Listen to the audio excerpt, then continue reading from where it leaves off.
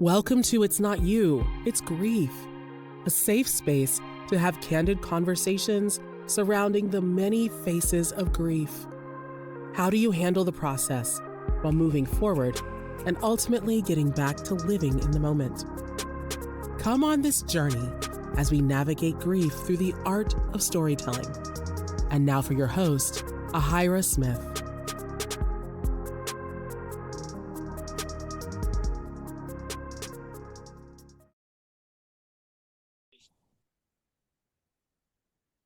Hello, good morning, good afternoon, good evening, everyone. Welcome to my wonderful podcast, It's Not You, It's Grief. My name is Ahira Smith, and I am the grief mending coach for a special episode for the month of October. I know I've been away for a little while, but I came back on my vacation for this special episode that resonates with me so close to home, as I know it would resonate with a lot of people who choose to listen to this one. And this month, October, it represents a lot of different things for different people. We know that October has been recognized as Breast Cancer Awareness Month. And we also know that it also represents Domestic Violence Awareness Month.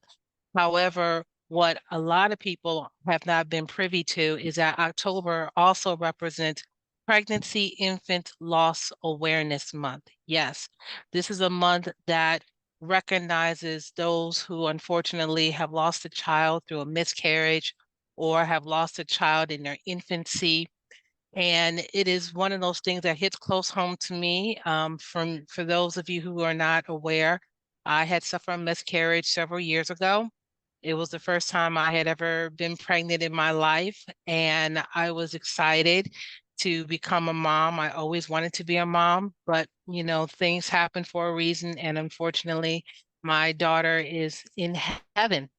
And so anything that helps people talk about miscarriages, infant loss awareness, providing support, whether it's through referrals, whether it's having these conversations, I'm all about it, whether it's for the women who have experienced this personally or the partners who have experienced it indirectly.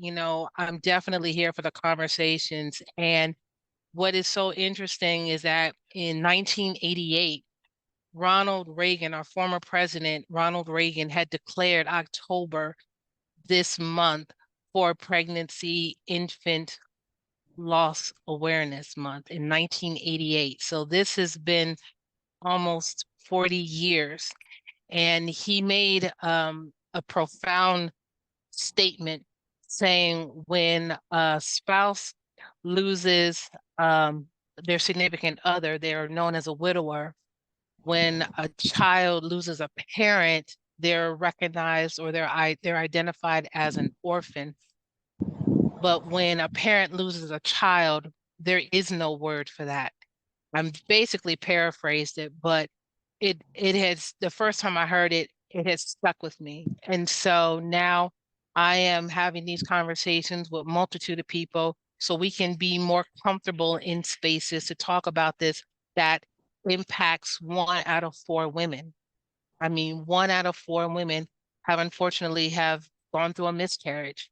And that number is greater than that, unfortunately, those who have been diagnosed with breast cancer, which has been, I believe, 1 out of 6. And even those who unfortunately have gone through a domestic violence situation. And not to say that one tragedy is greater than the other. They're all impactful in some shape or form. However, we need to have more of these conversations that resonates with us on a day-to-day basis. And because of that, I have found a wonderful person who I want to just have a conversation with.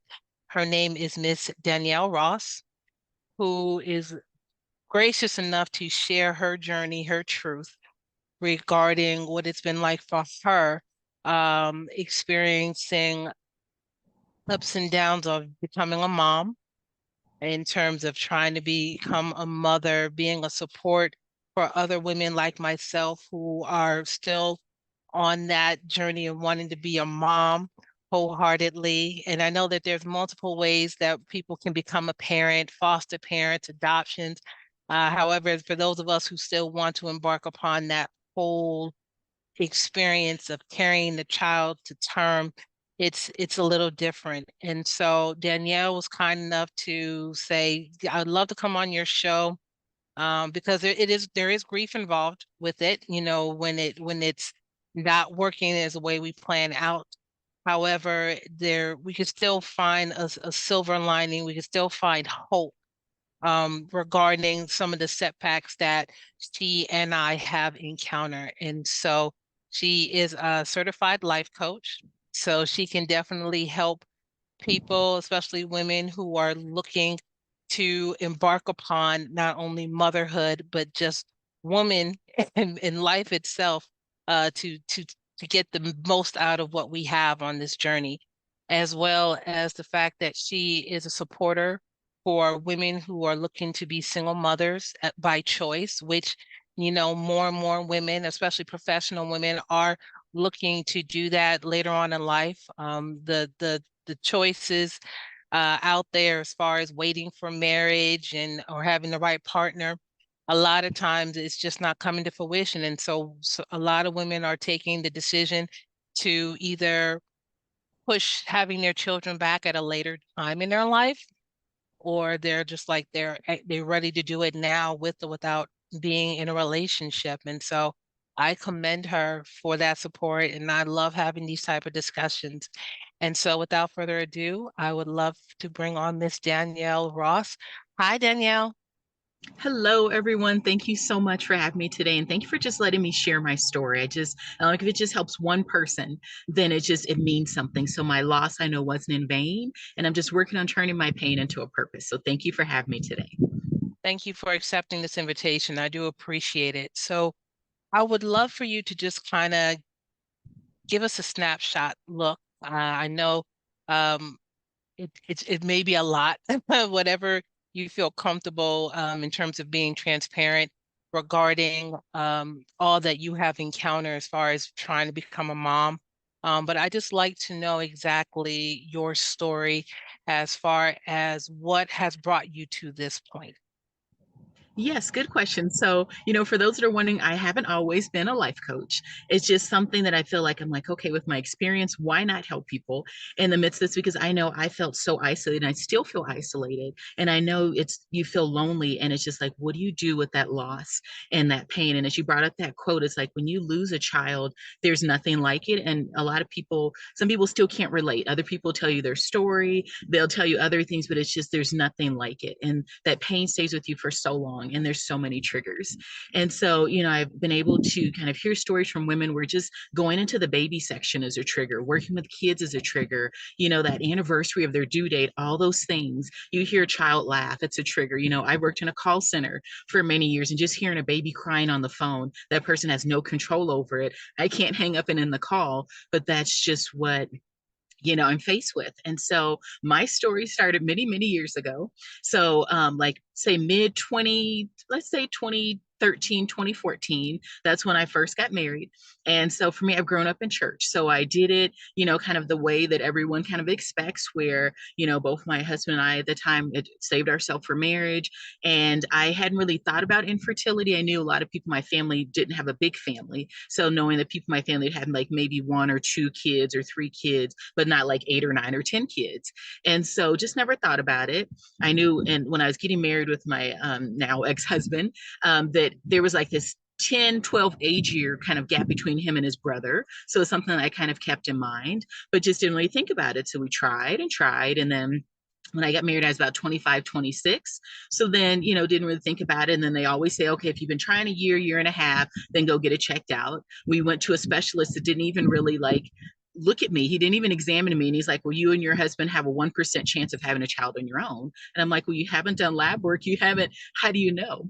And I was in another state at that time, and I'm like, okay. And he's like, okay, here's some, fertility medication. And then I'm like, okay. And we didn't try it. And then end up finding out, just kind of was unexpected, and kind of had this change of life events, end up finding I was pregnant, and I was excited, but we didn't tell a lot of people, thankfully. I just am always cautious, more private. And in that, not just thinking a lot about it, I didn't want to get my hopes up. And then, not to trigger anyone, but I was at work and had started bleeding. And I went to the emergency room, and it was this whole traumatic experience to where it was this whole thing where they said, oh, we thought you had left. So then they said, oh, we called your name. It was actually the wrong name. They ended up calling. So I was sitting there for hours, and I just sat there, and I just sat there because part of me cried because I was there 4 or 5 hours at least. And I went up a couple of times. I'm like, hey, are you guys going to call me? And then do all that. They do ultrasounds, everything else. And they said, oh, sometimes people just bleed when you're pregnant, and that's just expected. And that was that. And they kept going. And so from that, I end up going to like this little place that was near me where they do ultrasounds and parties. And it's just like this third party. And they were doing the ultrasound. There's 2 girls that I'm not even sure how well they were trained. And they said something on the ultrasound is not right. And so, and they'd actually end up sending the ultrasound to my doctor. And so with that, everything just kind of got rushed from there. And this all happened when I was about almost 5 months pregnant. And so from that, they saw the ultrasound, saw a specialist, and he's like, yeah, your baby's legs are not moving like they should be. We're not seeing this. And then from there, seeing my doctor, and he's like, yeah, your baby has this from the ultrasounds. And it kind of gets me because of that whole time they hadn't caught it. And I'd had ultrasounds at other things. It didn't get caught. And so from there, went from planning like a baby shower for my baby to saying you need to be induced within a few days, and this is when we're going to induce you. And so their whole process is kind of like jury duty. You call every single day, and they're like, oh, the hospital's full, call again tomorrow. And that was my experience. And so it's just heartbreaking because it's like, what do you do? So in that, thankfully, I had a doula. She had had a miscarriage. She coached me through it. I tried to look up the specific condition. So it was limb body wall complex that my baby had. And she was developing like in a U shape. Her spine was curved. The organs were developing outside of her body. There was just so many things that could go wrong, went wrong. And so in that, from that, no one really prepared me for it because I think, I'm just thinking, oh, you get induced and you have the process and that's all. No, it was 19 hours of labor. I still had to push, end up having her. And thankfully, I got a chance to hold her. I got pictures. I have her handprints and her footprints. So Baby Hope is what we named her. But nothing prepares you for that, to do all that. And then, I remember the nurse talking to me at like 3 a.m. They just sent me home. And that was all. No one told me about my milk coming in. No one told me what to expect. No one told me about bleeding, nothing. And so that was just my experience. And that's what I was in. And so that was just that. I just started a new job, so I didn't have time off. I had maybe 3 or 4 days off and then had to go right back to work. And that's when I was working in the call center. Thankfully, I had a supervisor that was really caring, had this close connection with her. And one day I just broke down crying and she sent me home, but I didn't have family. Like no one said, I'm sorry for your loss. Didn't have the spousal support because I, realized that spouses grieve differently, which I didn't understand at the time, but now I get. My mom was there, but she didn't know how to be there. And then, once people at church found out, then all these people kept saying, oh, I've had a miscarriage. It was 20 years ago. Or I had a miscarriage 10 years ago. And I'm like, oh, so it's not just me. But still with church and my faith, like still no one, you're just kind of left with that. And that's all. And you're left with the things, oh, it just wasn't God's time, or not yet. Oh, you're still young. All those phrases that I do not care for at all. And so in that, kind of fast forwarding the story, because of course I go on and on and on, the Cliff Notes version, right? But in that, end up having a daughter, thankfully, but that was still rocky pregnancy because I was on hospital bed rest for 6 weeks. And when she was born, she wasn't breathing, almost lost her, other things that happened in that, but now she's 6 years old, which is a blessing. And then kind of fast forward to 2022, end up, after that being divorced for some years, things happened. We won't go into all the details there. End up in just a not good relationship that just was not healthy and was toxic and was getting ready to leave the relationship, found out that I was pregnant. And that wasn't expected at all. And I know people will judge and they'll have their things, but it happens. Life happens, just have to repent and move forward. And so in that, end up having a ectopic pregnancy at 6 months, 6 weeks. And so I Went from finding I was pregnant like at 3 or 4 weeks, not really sure what I was going to do because I was leaving a not so good situation, and then end up spotting. And so that's why, once again, I didn't get my hopes up because I knew I had this history of difficult pregnancies. End up spotting, went to urgent care, and they're like, oh, just follow up with your doctor, sent me home.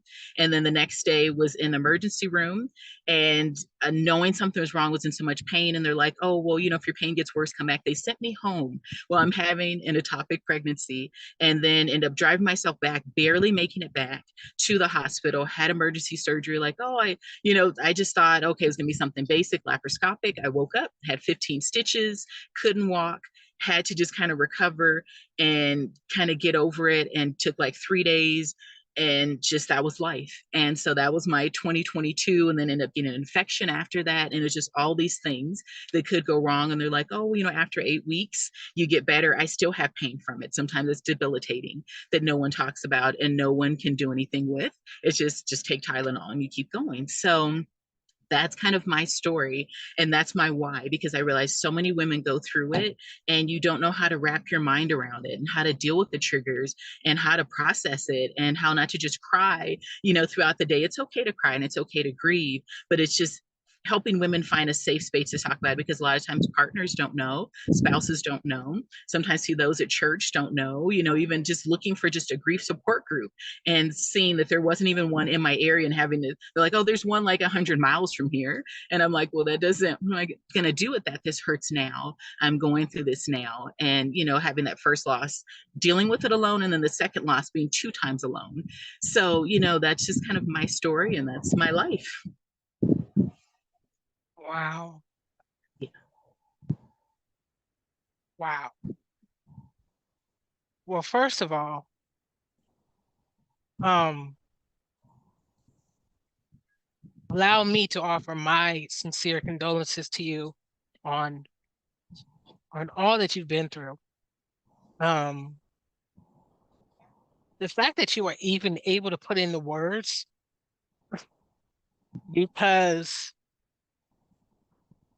I felt everything that you said, because it happened to me, not to the same degree as far as um in regarding the first pregnancy, um just the lack of communication per se, and the support afterward. There's so many questions I want to ask you. Everything from the fact that the the people expect you to go back to work shortly after having such a major event like that happen. The relationship between you and your husband at the time, and what that did to you both, as a couple and even individually, uh even with that of the community, in this case your church family, when you had some of the mothers of the church who were like, oh, I had one 20 years ago, I had one 10 years ago. And again, you're like, oh, it's not just me. But the fact that nobody has talked about it, excuse me, it's like it's brought on to you as well, in knowing that other people have gone through it.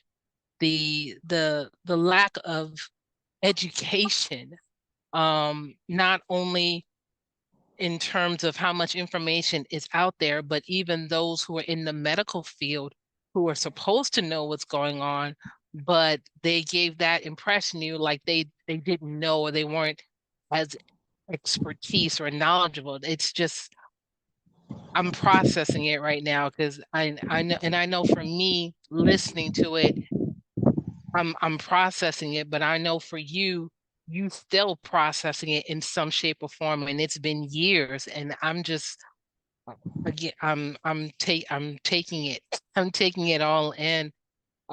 So knowing knowing now, well, knowing, if you knew then what you know now, do you feel that I'm trying to be mindful in terms of how to ask this question. No, it's okay. Go for it. I'm like, just go for it. It's Really? okay. Yeah, Okay, I'm ready. okay, I'm okay. ready. Knowing then what you know now, do you think you still would have wanted to be a mom? I honestly, I that's a good question. So when you bring that up, so for my second pregnancy, I lost in 2022. I had gone Mm, to a doctor, and he mm, said, "Oh, well, out of after I told him some of my stories, like, well, out of all the things that you face, why would you want to have another baby?" And it broke mm, my heart because I'm like, there's this doctor that's supposed to be helping me. He's like, "Are you sure you want to get pregnant again?" Not realizing when I was in his office, I was actually pregnant, and he didn't do a test or anything like that. That's when I was having that baby, and I didn't know. That's that I guess be a third baby in that case. And so in that, I it's worth it because even now there is that fear that the same thing can happen over again, that there could be complication, I could have another loss. But to be honest, I would do it again. To me, it's worth it because it's worth it to have my daughter that's 6 years old. To me, not trying is not a solution, and I know some people, and I don't want to say by giving up that means that anything less of you. So I don't want anyone to think like that for those that have had to stop because for their health. I've spoken to women, there was just as too much for their health and it was risking their life. And so by giving up or saying, okay, we're going to adopt or be a foster parent, which is a route that I've taken now, being a foster parent, there's nothing wrong with that. But for me, I'm like, it's worth trying. I didn't want to give up. I knew it's just something in my heart. And people said, oh, we'll just work with kids. Well, I work with kids that have special needs. I've become a foster parent, and I still have that space in my heart. That space kind of gets like filled up a little bit when I work with kids or have been a foster parent or foster children, but it's still not the same of carrying that child again and holding that child that I don't have to give back, or different things like that. So to kind of answer your question, I would do it again. To me, it was worth it because, like, the experiences that I went through, of course, I wouldn't wish them on anyone. I wouldn't want to go through them again, but it's things that have happened to help me learn and that have helped me to be the person I am today, to learn compassion and empathy and so much more and kindness around it and things that I wouldn't have been able to learn other ways. So, I don't want to say, oh, it was worth it. It was so great and everything like that. People go through these traumatic things. And they're like, oh, yeah, I did this and I climbed a mountain. I survived this fire, but for me, it's just like by going through it has helped me to grow.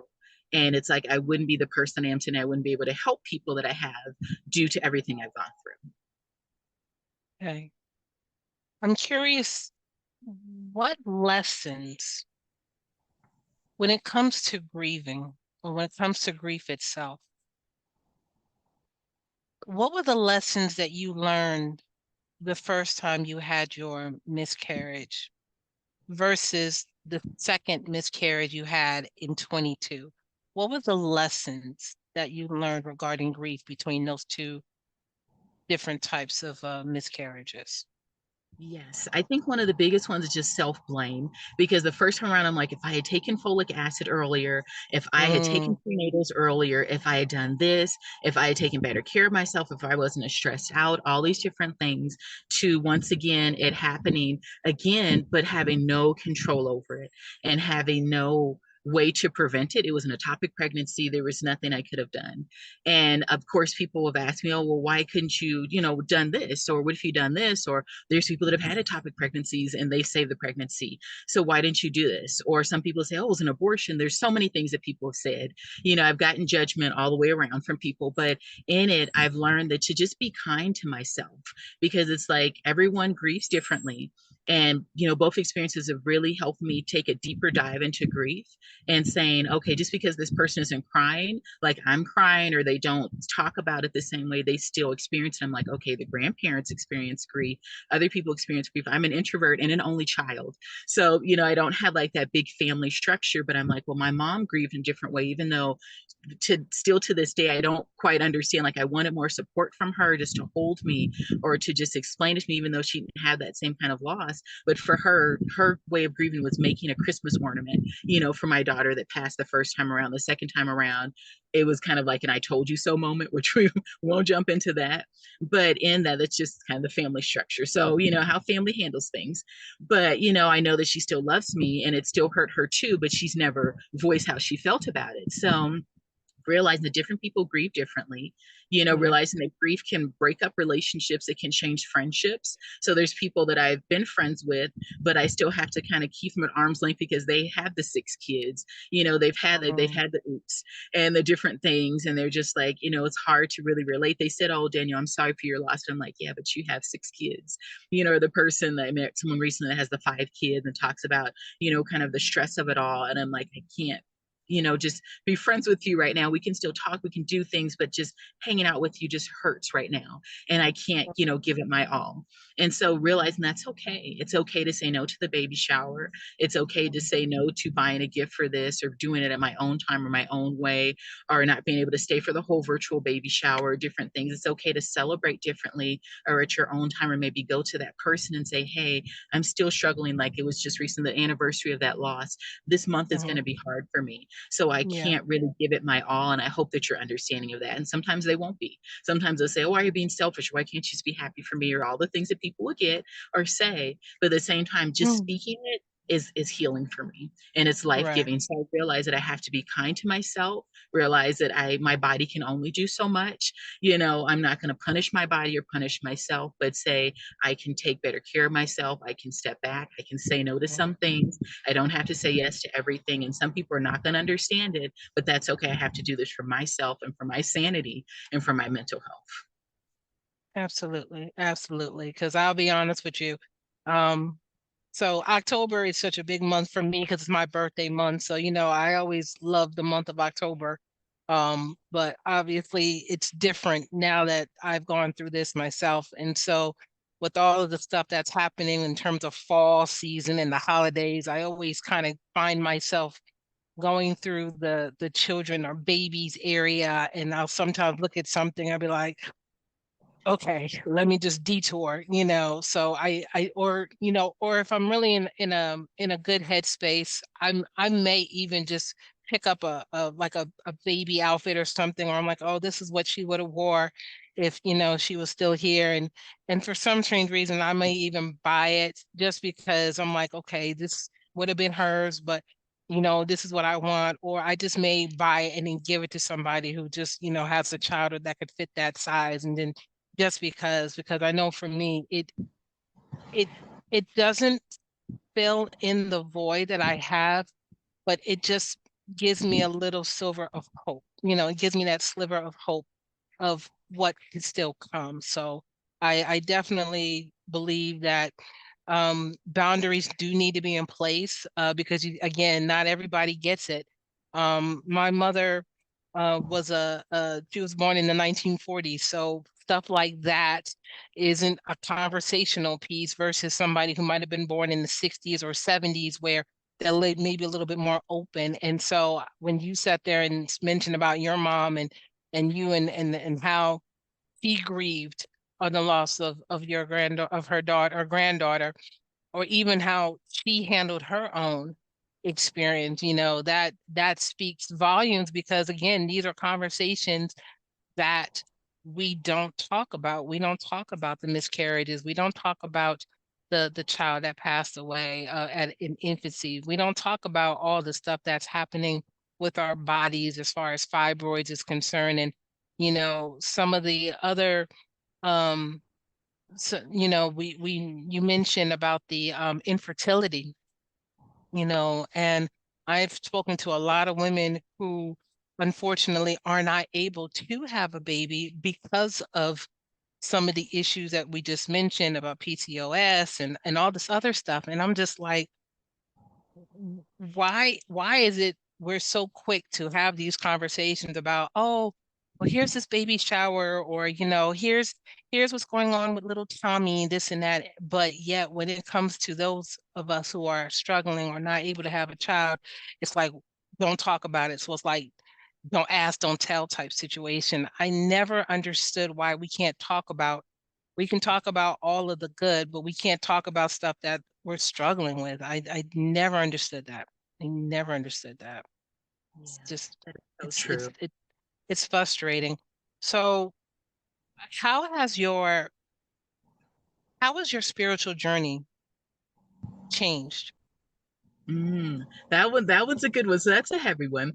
So honestly, For me, Because I know it has. Because I yeah, know it it has. Yeah, things like that will rock your faith. And sometimes I see it as people will lose their faith, or Mm-hmm. their faith gets stronger, or it's just like they feel like you get this plateau in your faith. You're just like, I'm just not going to open up my heart, just not going to think about it. Or it's easy to overly spiritualize it, say, oh, okay, well, because of sin in my life, God knew that I didn't need this, or different things. There's so many different directions you can take it.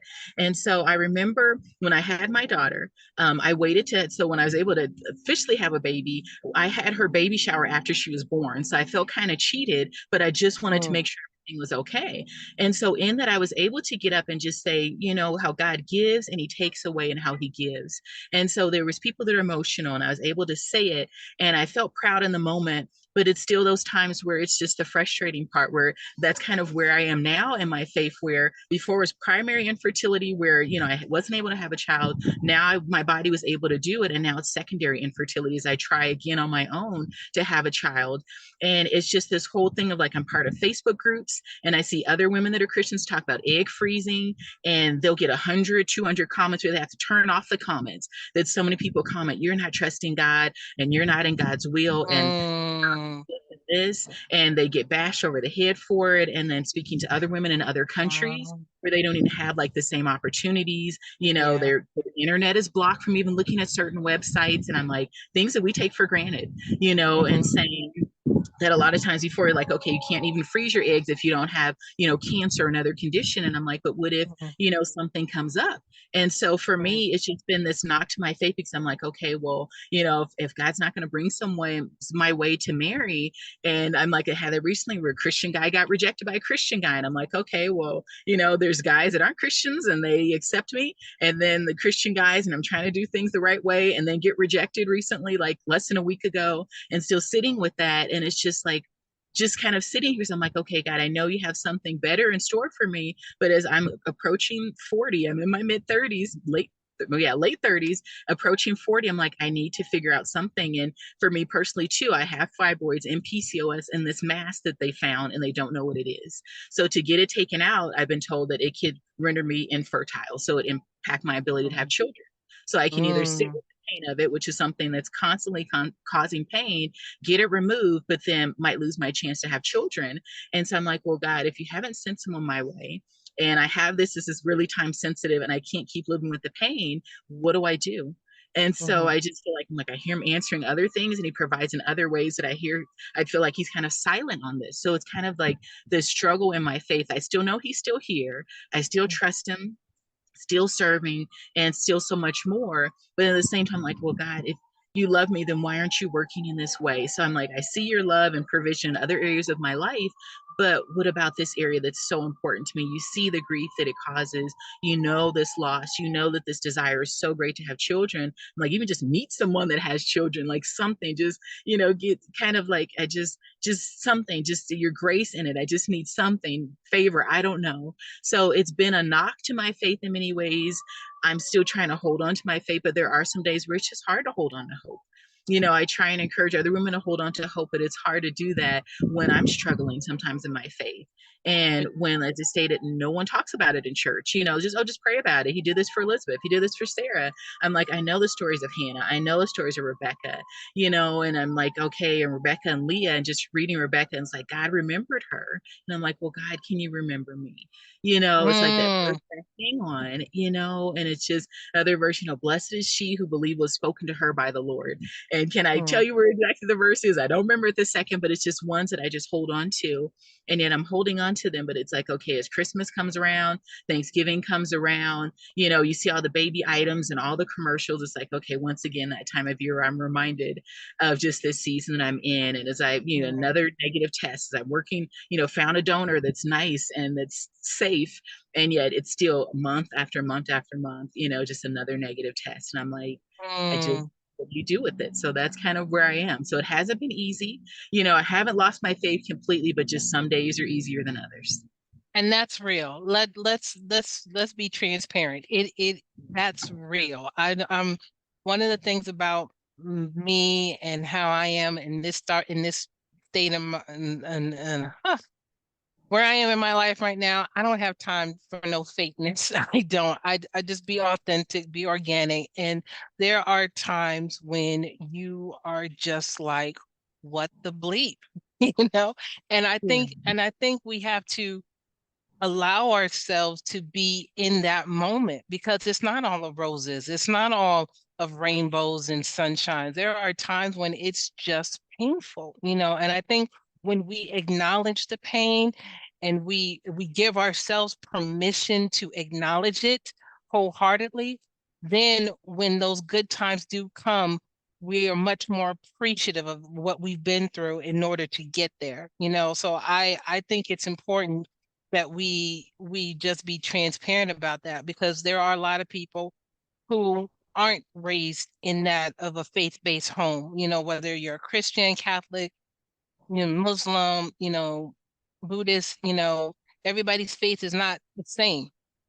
But I do believe that everybody believes in something higher than themselves, you know, regardless of the name that you give your spiritual person. Me, I believe in God. I believe in the Father of Abraham, Isaac, and Jacob, and that's just me.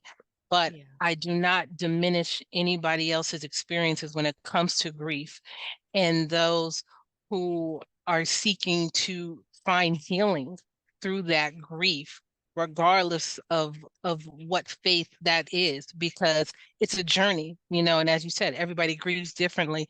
So everybody's faith is going to be different as well. So I think it's important that we just bear that in mind that it's okay that it's not all the same. You Yeah. know, you had unfortunately an optic pregnancy, you know, where somebody might have had a baby almost a full term, and unfortunately there was complications, and that person unfortunately had a stillbirth. Hmm. The loss is still the loss. It's just maybe of different greater. It just depends on the person's connection to that loss, but it's still a loss, you know. Yes. Doesn't make it one bigger than the other. It's still a loss, you know. So I think it's important that we continue to have these candid conversations and and honestly to have the conversations with those that we continue to build relationships with, or even those who we intend to have a relationship with, because that is a factor. You know, when you're building relationships, whether it's another friend or somebody with a partner, these kind of conversations have to be made in order for people to understand if it's on the same level or if it's a situation where, you know, we are just, you know, I don't know if we're going to be talking. I can put you in the friend zone or I can put you as an associate. You know, it's just different. It's just different. So if I can ask, what exactly, um, how did the grief, did the loss of your child, your first pregnancy, did that impact your relationship with your marriage?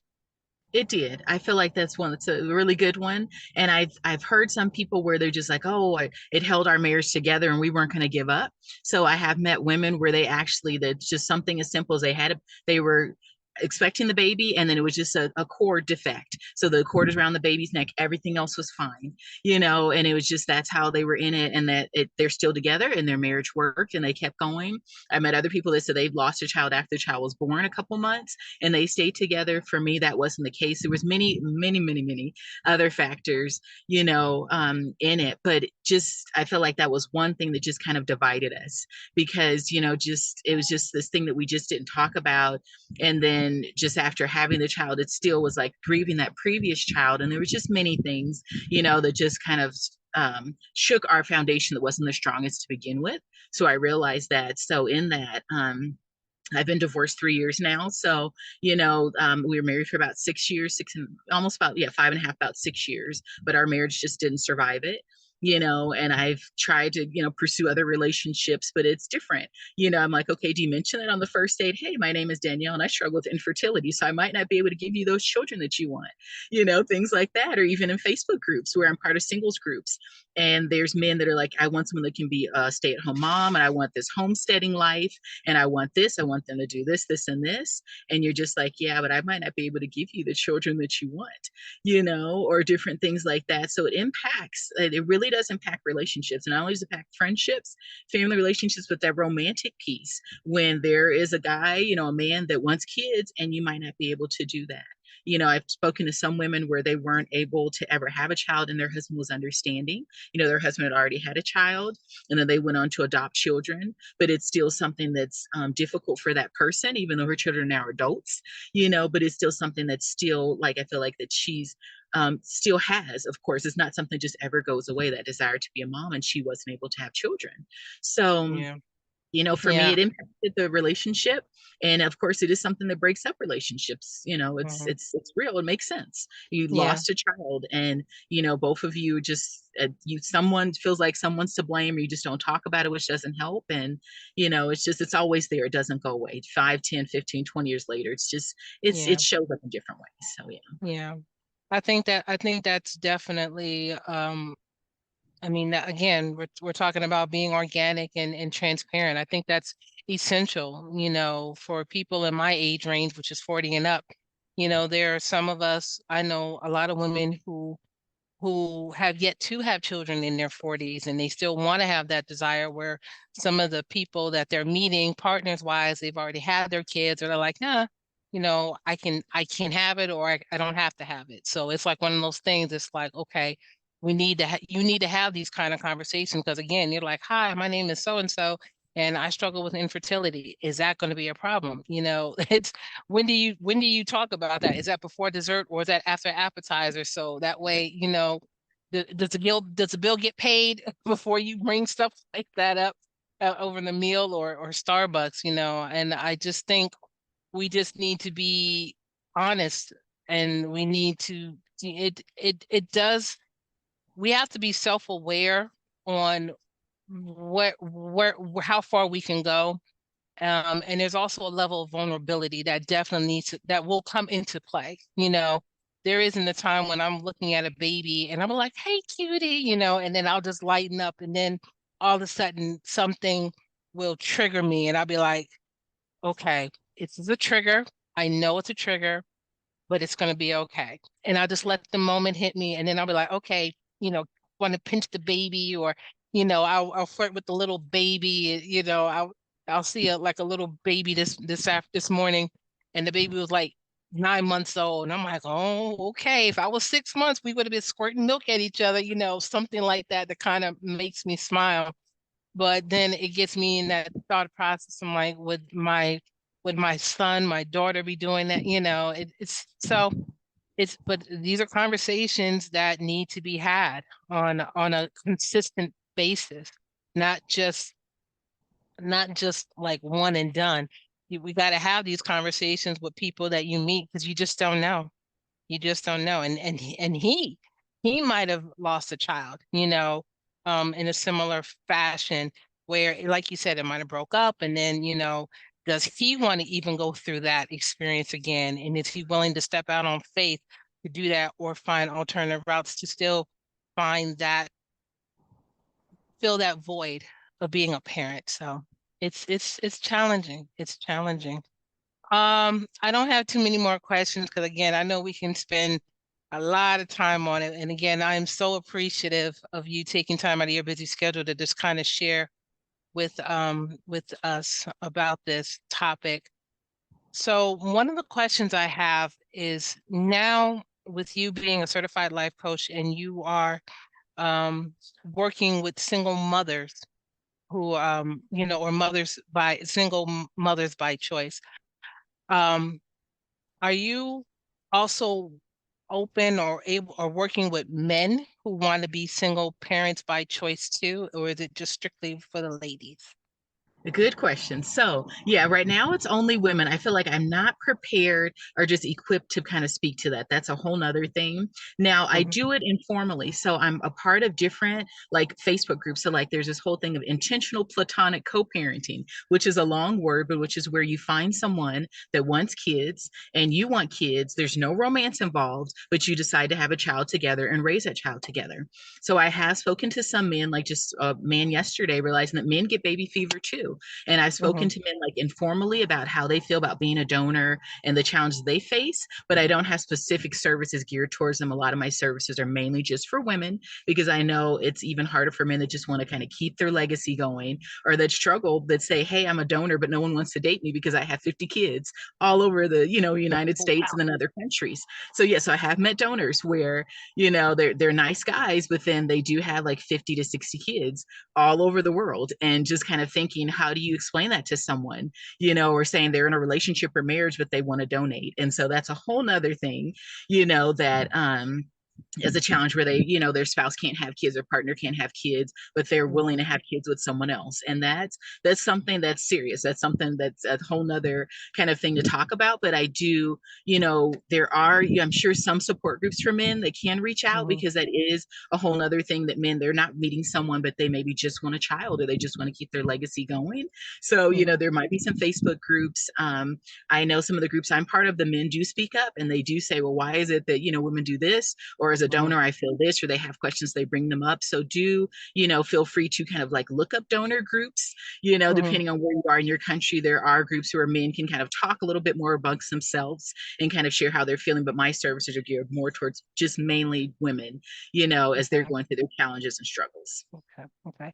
So do you do anything to kind of commemorate your children who are no longer with you? Or I mean, and that's such a two-part question. So when people ask you how many children do you have, do you tell them you have one, or do you tell them that I have one here, but I have two in heaven? Like, because I know sometimes I in the early when I first had my miscarriage, I was like, oh, no, I don't have any children. But then after a while, I'm like, wait a minute, I had a daughter. I'm acknowledging my daughter. My daughter may not be here with me on earth, but she's in heaven. So I still acknowledge her. So one, when people ask you, or when you're meeting people, how many children do you have? Do you tell them the number you had in terms of your pregnancy? And my second question is, for those children, for those two children that are not here, do you do anything to kind of commemorate or celebrate them? And if so, is it on the days that they would have been born or the days that they transition? So it's really three parts. Sorry. No, it's okay. That's fine. That's good. Usually when people ask, sometimes I feel like people are just asking questions to just, sometimes like, sometimes for me, it's people just being nosy. And other times people genuinely want to know. So I just usually say I have one daughter. The Mm-hmm, only time it usually comes up is honestly when I have a doctor's appointment or something medical, I'm filling out paperwork and they're like, how mm-hmm, many live births have you had? And what was this? And even mm-hmm, sometimes now as I am joining, like I'm trying to find support in my area. Now it's like at least 7 years later for my first mm-hmm, miscarriage. And they'll ask like sometimes it's detailed question like I just wanted to volunteer or I just wanted your newsletter. And they'll ask what was the date, how did they pass, when did they pass? And I'm like, I just wanted to greet people. So sometimes it's a little intense as I'm trying to join these chapters and, partner up with other organizations or just join groups myself. But in mm-hmm, that, I will just usually say one child. And then for me, mm-hmm, something that's really been healing for me is I've created, not to like push a product or anything, I'm not trying to sell anything. I've created this care and comfort kit that it's still work in progress. But in it, there's like these plantable seed packets. So it's like a heart or one that says in loving memory. And I said, that'd be so great to give to a woman that just wants to plant a garden. Like for other family mm-hmm, members that we lost, we planted just a rose garden or just a mm-hmm, plant, something mm-hmm, tangible that you can see. For my other daughter, since we're in this case, for my first daughter, baby Hope, I have this little memory box. So I have her fingerprints, her handprints. I have the ultrasound. I actually have her blanket that I was able to mm-hmm, keep and a hat that was made for her. The hospital made this beautiful bracelet with her name on it. And it was just nice that they did that. But I know a lot of hospitals don't do that. Before I would open the box in September. So that would be like the yearly anniversary of her passing. But now I feel like I'm at a different point. Sometimes like it's going to take me down too much. So I have the box. It travels mm-hmm, with me. every time I move, because I move frequently, but I see it at the top of my closet and I'll look at it, but now I can't open it because I know it'll make me spiral. So I just know Mm, my limits, I know my boundaries. But other than that, I'm like, okay, let's get a journal together with journaling prompts, something that can help people.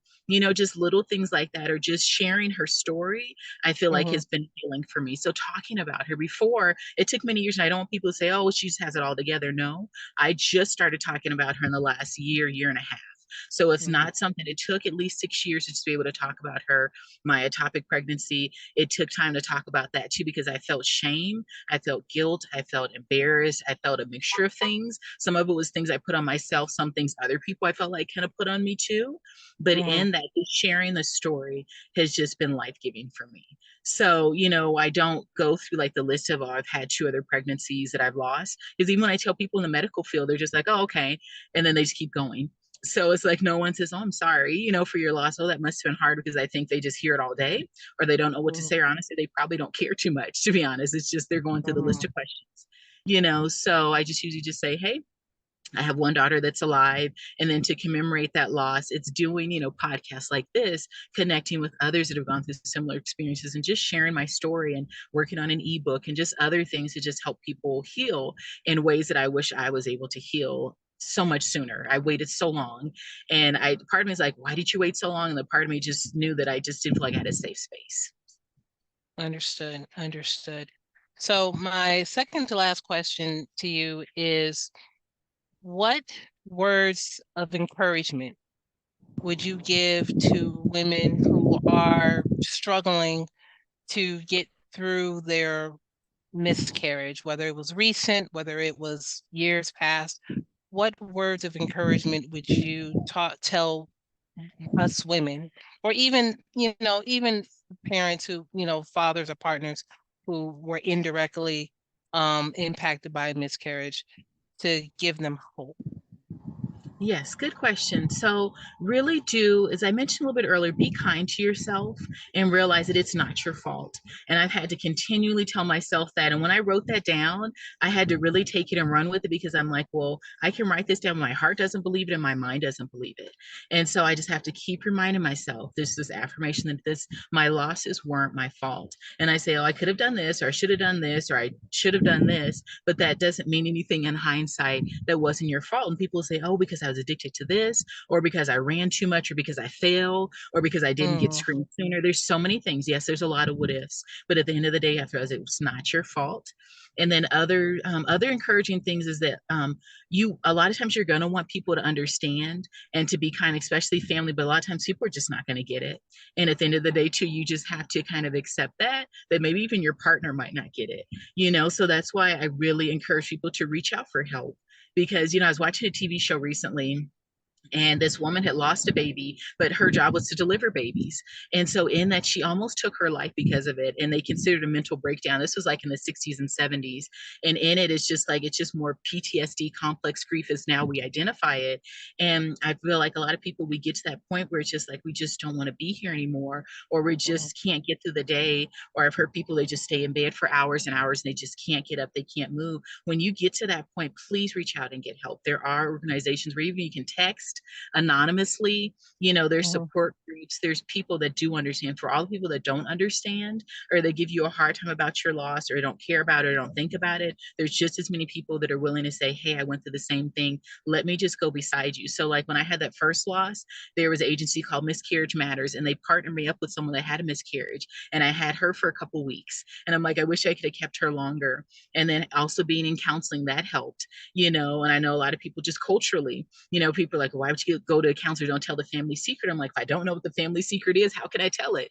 But in that, just really saying, for my mental health and for my mhm, healing and well-being, I need to talk about this, because just holding it in and being at the grocery stores, you stated, trying to veer away from the baby aisle. Well, now I've been in some stores where the chips are right across from the baby food. I'm like, what cruel person does this? Let me talk to the manager who puts the popcorn and the chips across from the baby aisle. And sometimes I mm, try to steer around them. I'm like, but I really need those chips for tacos tonight. So things like that. But in it, sometimes it's unavoidable, and I can't take the detour in the store. And there's sometimes where I just, also kind of to bring that up too. Sometimes it's like, it's okay to just, like set that boundary for yourself. So there'll be times, as you mentioned, where I'm in the baby section and I'll just look at the baby clothes and just touch an item and say, you just the what ifs. And then there's sometimes where I just allow myself to cry. I won't break down crying in the store, try and kind of hold that back. But there's times where I just say, this really hurts right now. Or kind of this new phrase I'm thinking about it, just infertility is unfair. It's not fair. And miscarriage is unfair. And I just sit with that and I'll just say it to myself a couple times. And that just kind of helps and just say, this is not fair. And I can't do Yeah. anything about it. I know people will say sometimes we tell kids, oh, well, life isn't fair. And I've told many of people that many times, but in saying it, but I can still say, yeah, but that wasn't fair, and I'm like, it's okay to say it's not fair and it's okay to grieve Right. and to cry. And that's kind of the next part. It's okay to cry. It's okay to Right. grieve. You shouldn't have to just get over it. People say, well, it's been 5 years. It's been 5 months. Why don't you just get over this? You had another Yeah. child. So why are you still grieving? And you're like, no, I can still grieve. I can still, have tears on that day of the anniversary. I can still Hmm. say I'm going to pamper myself, but I still am sad. It still Right. hurts. I can't function that day, even though it's been 7 years later. I can still maybe just have that moment and just sit in that grief versus having Right. to just stuff it in the closet like I'm used to doing. Right. No, and I think that, and that's pretty much where it is for me, because of the fact that it isn't something you can get over, you can't get around it, you can't get underneath it. You really have to go through it. And after a while, it won't be as difficult, but it doesn't mean that it still doesn't hurt. It's tolerable. And that, I think that's the best way I can explain it when it comes to dealing with any type of grief, whether it's a loss of a life or anything that you're losing something, a part of yourself or a relationship or a home. It's part of the journey. But again, it is something that it's bearable as time goes on. So it's grief. That's what it is. And I think that's part of the reason why I name my platform, my podcast, It's Not You, It's Grief, because it is just that. It is grief. So my last question is, I know you're part of different organizations and you're doing a lot of work in the community. And I just wanted to give you a moment to just kind of let my audience know if there's anything that you're working on. I know you mentioned you're talking about an ebook or some projects or some service or anything that you're currently working on regarding that of your purpose. Yes, yes. So I am the owner of Fresh Start Life Coaching LLC. And so in that, as I mentioned, like the care and comfort kit that I'm still working on. So working on Etsy and Shopify and all the other platforms and trying to figure out how to release that in e-commerce. Sometimes I'm like, I'm a dinosaur when it comes to technology, but working on getting all that together. I have actually been working on a series of webinars. So I do have a YouTube channel and can, send the link or include the link with the episode, but just webinars that are free because I know a lot of people offer webinars. I get charging and different things, but sometimes we just need, it's like sometimes some are just like 17 minutes up to like 35 minutes, sometimes 40 minutes, but just webinars, they're not like professionally done. There's no fireworks and other things, but it's just talking about my experience and just sharing, just different things. So I do have that. I also have a podcast, so the Fresh Start Life Coaching podcast that's available that has like 30 some odd episodes about a variety of topics, just how to handle their anniversaries or do's and don'ts of when someone has a miscarriage, what to say, what not to say, choosing a donor, my path to becoming a foster parent and realizing that's not exactly the path that is the best for me right now. And I'm like, I tried it, but it's just not exactly what I want to do, in it. So having that, and then I'm still working on an ebook. So all those things are like up and coming. I do have a website. So it's fslifecoach.com. So just just HTTPS, the forward slashes, everything else, just FS. So F is in Frank, S is in Sam, lifecoach.com. So that's another way to find me. If you just want to talk, I do a free initial consultation. If you're interested in services, feel free to reach out. Or if you just want, someone to just talk to, overall, I'm here. I'm also working on setting up a support group to meet up. So something that I've been kind of considering and committing to prayer and saying, okay, is this the right time, the right season? So have some things kind of up and coming. And it's like all these things at once, but little by little releasing them. I don't want to just throw them out there, just like, like a fire hose and you flood people with it, but realizing that the need is there too. So there's many ways to find me. I'm on YouTube. Still working on the Instagram and everything else, but can be found on Facebook. It's, facebook.com, start coaching life. So it's just start and then like capital coaching and then life. So it's another way, feel free to friend me, follow me, other things, whatever works. But look forward to connecting with those, and just please reach out for help, for those that just are at this point where just the tears are there and they're not going away, or just want someone to talk to, you just feel isolated. There are resources. I'm here, there's others here, there's podcasts, there's therapists, there's free resources too. So please do reach out. Absolutely. Well, Danielle, thank you so much for sharing your story with me and my audience here on It's Not You, It's Grief. I really do appreciate it. This is again a special subject for both of us, and it resonates with us on levels that not too many people can identify or connect with. But it is one where the bond is very strong for those of us who have embarked upon it. And so I just thank you so much for talking and sharing your story, your words of wisdom, your tips, suggestions, and just answering the call as far as continuing to be an advocate, to be a spokesperson when it comes to women who are struggling with infertility and dealing with miscarriages, even though the multiple miscarriages. With October being, again, Pregnancy Infant Loss Awareness Month, I couldn't think of a better way to come off of my vacation and talk about something that we need to talk about it. And October 15th happens to be a day of remembrance for those of us who have lost a child.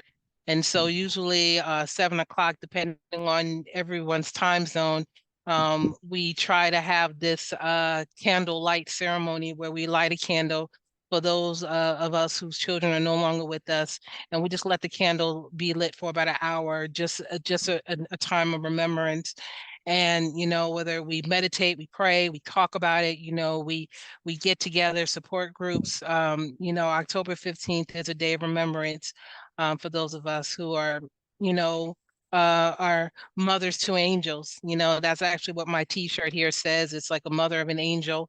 It's a little, it's a heart and it's got butterflies, because when you mention the Miscarriage Matters, I'm a part of that organization as well. And I'm a full supporter of that in terms of helping raise awareness and raise money for it, because we need more information out there to help all people involved with such choices that is not freely given. It's out of our control. So again, thank you so much. For those of you who want more information, please read the description. I will have her information on this special episode for Fresh Start Life Coaching. Again, I'm here, she's here. There's a lot of us coaches out there who are just willing to help people on their journey called life. A couple of things I just want to remind people that, we need to start giving ourselves permission to grieve. That's the first thing we need to do. We live in a society where we're not really given permission to do so, because we feel like we have to get back to the way things were or get back to work. And it just doesn't work like that.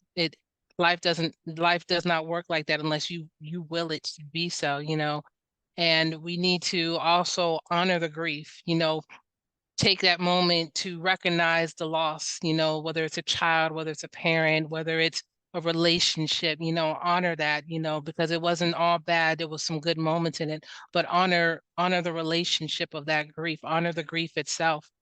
And then finally, when you have given yourself permission to grieve and you're honoring that grief, eventually and hopefully you'll start to realize that there is greatness in grief in some capacity, and that's what I'm about, giving permission to grieve, making sure people are honoring the grief and recognizing that there is greatness in grief. And so with that, thank you everybody for joining me, and I look forward to seeing you on another episode of It's Not You, It's Grief. I hope you all have a blessed Sunday. Take care, and see you soon. Thank you so much. Thank you.